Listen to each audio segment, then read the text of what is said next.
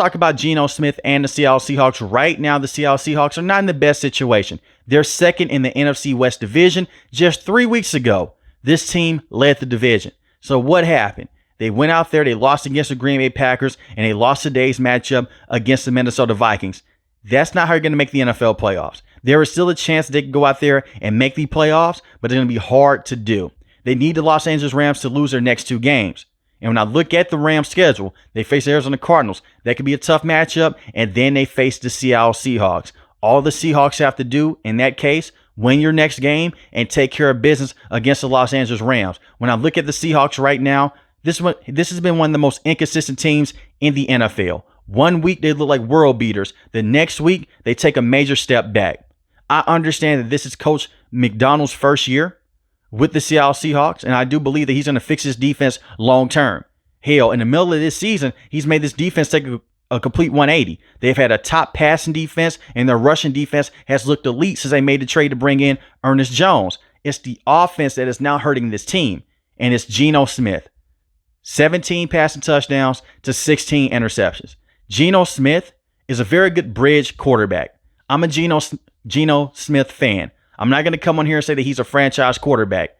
Geno Smith, these interceptions, is putting this team behind the 8 ball. And it's not helping out the Seattle Seahawks win games. When your defense is stepping up, you can't have turnovers in the red zone. You guys know how I feel about turnovers in general, but especially in the red zone, you could walk away with 3 points or even better, a touchdown. And he had a red zone interception last week against the Green Bay Packers.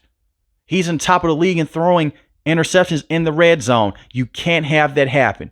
In that situation of the NFL games, you're costing your team the football game. And it's not all on Geno Smith. Don't get me wrong. Abraham Lucas missed a good portion of last season dealing with a knee injury. He missed a good portion of this season dealing with a knee injury also. Abraham Lucas, very good player at the right tackle position. He's not a top tackle in the NFL, but he is a top tackle with the Seattle Seahawks. You have him. You have Charles Cross. The rest of this offensive line is not good. The interior of this offensive line is abysmal, but they knew this from last season. But yet they ran it back with a similar offensive line rotation. When I look at the Seattle Seahawks, you're going to be limited going forward, even if you make the NFL playoffs, because Geno Smith does not do well with pressure, and they cannot run the football consistently with Kenneth Walker III or Zach Charbonnet. They took a turn for the better over the last couple of weeks before they went against the Green Bay Packers. They were out there, they were running the football better. The defense was able to get takeaways with Tariq Woolen, Devin Witherspoon. Leonard Williams had that phenomenal pick 6 against the Jets. They were heading to the right direction. And Ryan Grubb went back to what didn't work early in the season by throwing the football over 35 to 40 times in a matchup with Geno Smith and not relying on your run game. And I get it. Kenneth Walker III, he missed the game against the Green Bay Packers. You have Zach Charbonnet. Zach Charbonnet is a very good running back. Lean more so through those guys than Geno Smith. Geno Smith is not Patrick Mahomes. He's not Josh Allen. He's not Lamar Jackson. He can't fully put the team on his back, and you shouldn't expect for him to. There will be moments to where Geno Smith can go out there and he could take off for a game-winning touchdown, like how he did against the San Francisco 49ers. But it's not going to be on a consistent basis. And when you're putting Geno Smith in 3rd and 12, 3rd and 15, I don't care who your quarterback is, you're hurting him. When Geno Smith, that first year they made the NFL playoffs and his first year starting with the Seahawks, one thing that Pete Carroll made an emphasis of doing on the offensive end and talking with those coaches, let's run the football more, let's work off of play action, let's make life easy for Geno Smith. When it's 3rd and manageable, he can go out there, he can get the football to DK Metcalf. He can get the football to Tyler Lockett, Jackson Smith-Njigba.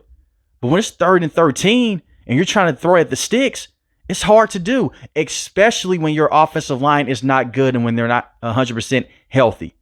I've seen teams go out there and put an extra defensive back on the field against the Seahawks because they can get a lot of pressure with their original front 4 defensive linemen. That should never be the case, and it makes life hard on you on the back end. Jackson Smith-Njigba now has over 1,000 yards receiving. In the NFL, he's a phenomenal player. He was worthy of that first-round pick. And the same with Devin Witherspoon, a very good football player. But they have to fix their trenches moving forward. Right now, if you ask me, have they reached their ceiling with Geno Smith, or are they just a one-and-done team in the NFL playoffs? With the way that this roster is constructed right now, I would say yes, but you get better offensive linemen up front. If Geno Smith can go out there and do a better job to take care of the football, maybe they can win a game or two in the NFL playoffs. I don't see it happening right now, because it's going to be hard for them to go out there and beat teams like the Detroit Lions, like the Minnesota Vikings, like the Green Bay Packers. They've lost to all of those teams this season. I'm not giving up on the Seattle Seahawks. It's a great chance they still will go out there and possibly make the NFL playoffs, but they need the Rams to lose that game against the Arizona Cardinals, or they need to go out there and take care of business in the last game of the regular season. The next game for the Seahawks is against the Chicago Bears. The Bears right now, no disrespect, one of the worst teams in the NFL. And I expect for the Seahawks to go out there on Thursday night, short week's notice, and take care of business. But if you want to go out there and win those big-time games, you have to give Geno Smith some help up front with the offensive line. Even if Abraham Lucas is fully healthy, I don't trust it. He may go down. Bring in an extra tackle over the draft cycle. Bring in an extra tackle over the free agency period. Bring in some more offensive linemen up front. Allocate more money into that position. And Geno Smith, this is the last year of his contract. I don't see them going with Sam Howell. I saw what Sam Howell looked like last week against the Green Bay Packers. Granted, he did not get first team reps with the Seattle Seahawks starters. That went to Geno Smith. He did not get the practice to go out there with those guys over that week. It was Geno Smith. But I've seen Sam Howell with the Washington Commanders. Bad offensive line, bad play calling with Eric Bieniemy. Led the league in turnovers. And I still do believe that there could be a gunslinging quarterback in Sam Howell. He is just so raw right now as a passer. Maybe he's your long-term answer for the next 4 to 5 years. Maybe. I'm not saying that he is. But I look at Geno Smith right now. He's the best quarterback that you have. So sign him to a 1 to 2 year deal. And let's see what you have with Geno Smith. Allocate more money to the offensive line. But the season is far from over with the Seattle Seahawks. They still have a chance. But Geno Smith, I know the offensive line pressure. They're letting guys go back there and he's getting beat up a lot. He has to do a better job of reading NFL defenses. When it's a cover 3 look, you can't throw the football in the middle of the field to the safety. You can't go out there and force the football to Jackson Smith-Njigba when he's double covered.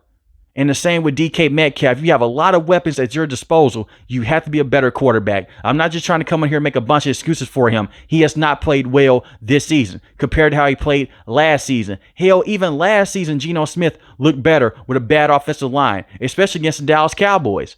That was one of the best games of his career. Geno Smith has had some good moments. The 2 games against the Arizona Cardinals. The game against the New York Jets.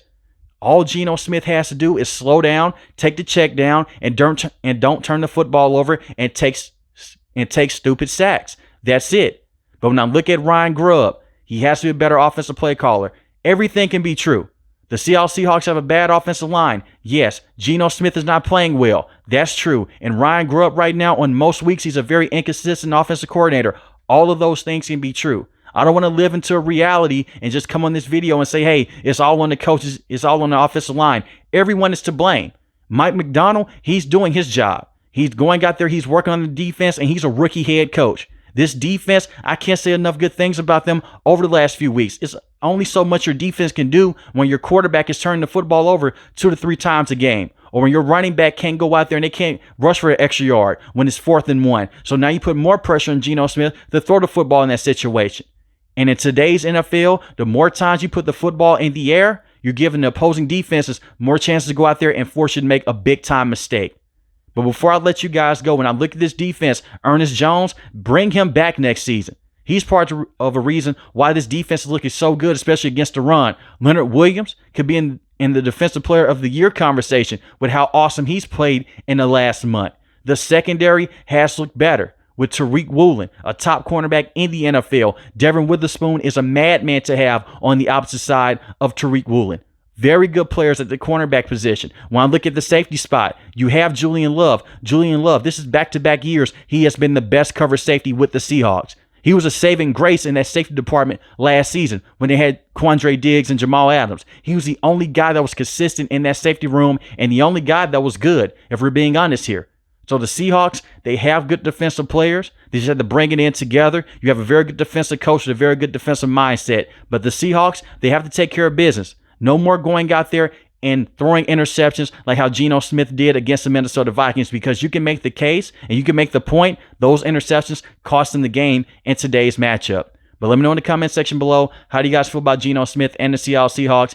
And do you believe that they should extend Geno Smith beyond 2 to 3 years? If you're new to the channel, hit the subscribe button. If you like the video, hit the like button. Most importantly, want each and every last one of you guys stay safe, stay positive. Thanks for the video, guys. God bless. Peace.